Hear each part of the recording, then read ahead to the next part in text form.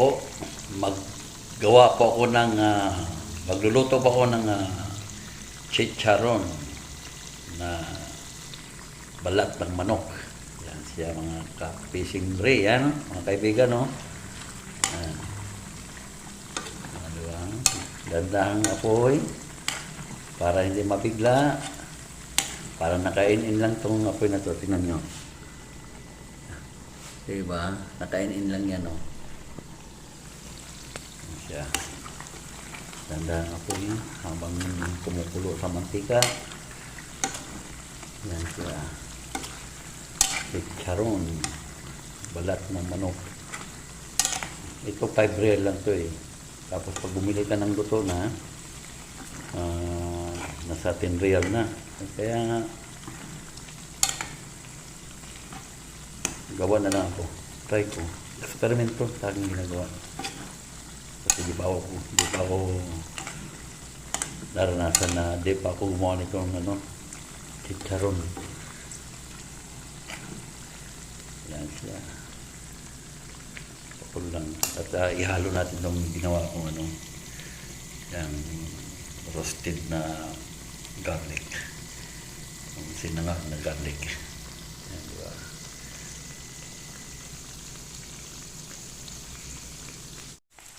Ayan. Kita nyo. Oh. Ayan. Hindi siya sunog kasi alalay na yung apoy niya. Ayan.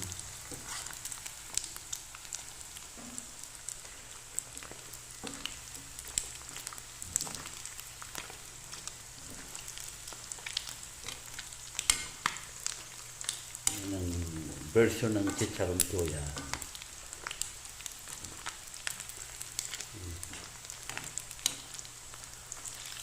Dati, hinihingi ko lang itong mga balat na to. Ngayon, wala na.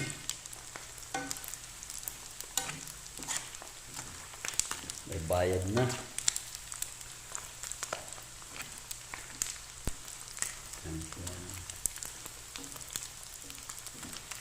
Paano i-crunchy natin to.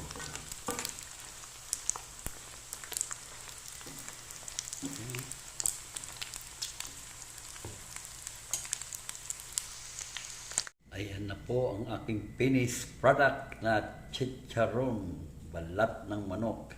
At ihalo natin tong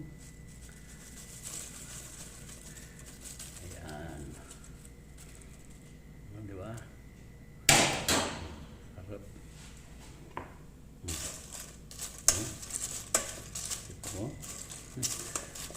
Tumutulog. Crunchy, oh. Di ba? Tunog pa lang, crunchy na eh. Oh.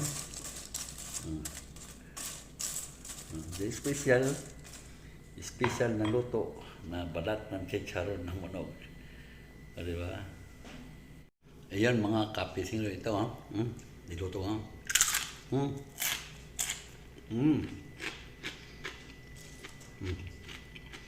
Ito.